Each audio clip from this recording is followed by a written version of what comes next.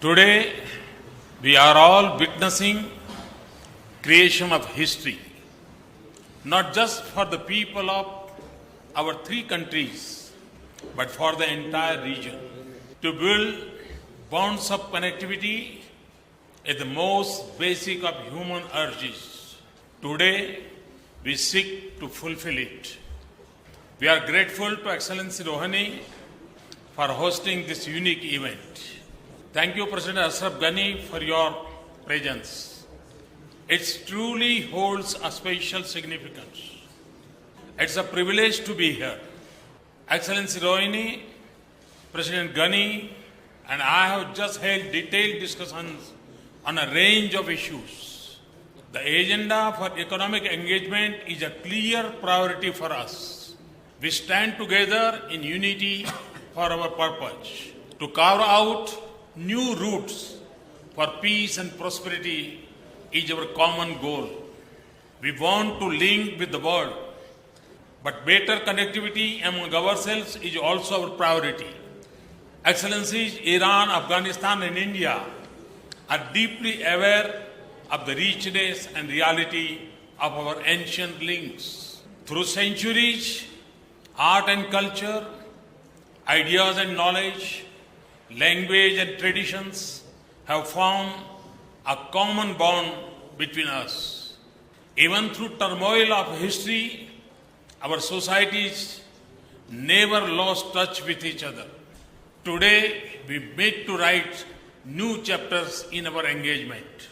Excellencies, the agreement of the establishment of a trilateral transport and transit corridor signed just a while ago can alter the course of history of this region. It is a new foundation of convergence between our three nations. The corridor would spur unhindered flow of commerce through the region. Inflow of capital and technology could lead to new industrial infrastructure in Chabahar. This would include gas-based fertilizer plants, petrochemicals, pharmaceuticals, and information technology. The key arteries of the corridor would pass through the Chabahar port of Iran. Its very location on the mouth of Gulf of Oman is of a great strategic significance. Afghanistan will get an assured, effective, and a more friendly route to trade with the rest of the world. The arc of economic benefit from this agreement would extend beyond our three nations. Its reach could extend to the debates of the Central Asian countries. When linked with the international North-South transport corridor, it would touch South Asia at one end and the Europe at another. And studies show that as compared to the traditional sea routes, it could bring down the cost of time of the cargo trade to Europe by about 50%. Over time, we could even look to connect it with the strong sea and land-based routes that India had developed with the Indian Ocean region and Southeast Asia. Excellencies, the world of 21st century offers unique opportunities, but it also possesses its own set of challenges. Today, the nature of global engagement requires an attitude more suitable to this century, not the mindset of the century gone by. Today, the watchwords of international ties are trust, not suspicion, cooperation, not dominance, inclusivity, not exclusion. This is also the guiding philosophy and driving spirit of the Chabahar Agreement. This will be a corridor of peace and prosperity for our people. Motives of economic growth and empowerment would drive it. It would break barriers among our nations and encourage new benchmarks of people-to-people contacts and help us to eventually build what we all desire and deserve, a friendly and healthy neighborhood.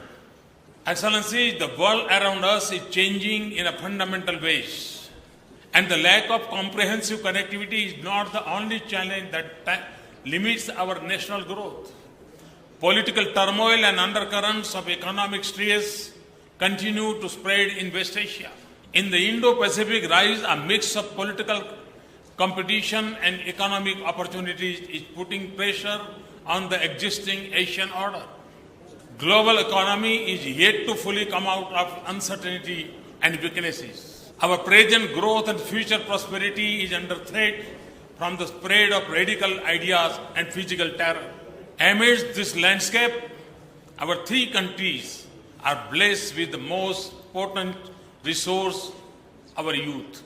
Our three nations are estimated to have more than 60% of their population under 30 years of age.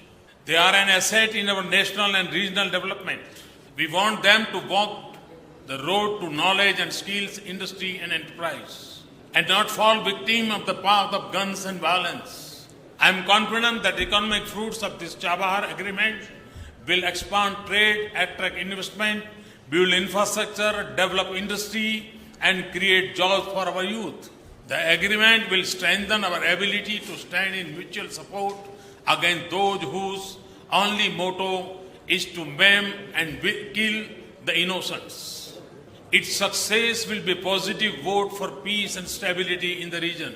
Excellency, it is my strong belief that trade and transit routes should only be a starting point for our journey to greater connectivity.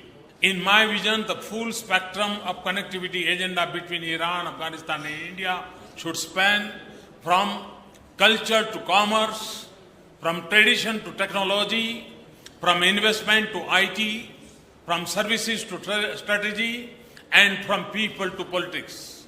In a way, it is a place to realize the imperative of better connectivity, establish peace and create stability, build economic prosperity and engineer new trade ties, curb radicalism and remove shadows of terror and break barriers and spread sweetness of familiarity among our people.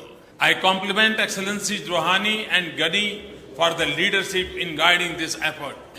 Thank you all. Thank you very much. The bilateral agreement to develop the Chabahar port and related infrastructure and availability of about $500 million from India for this purpose is an important milestone.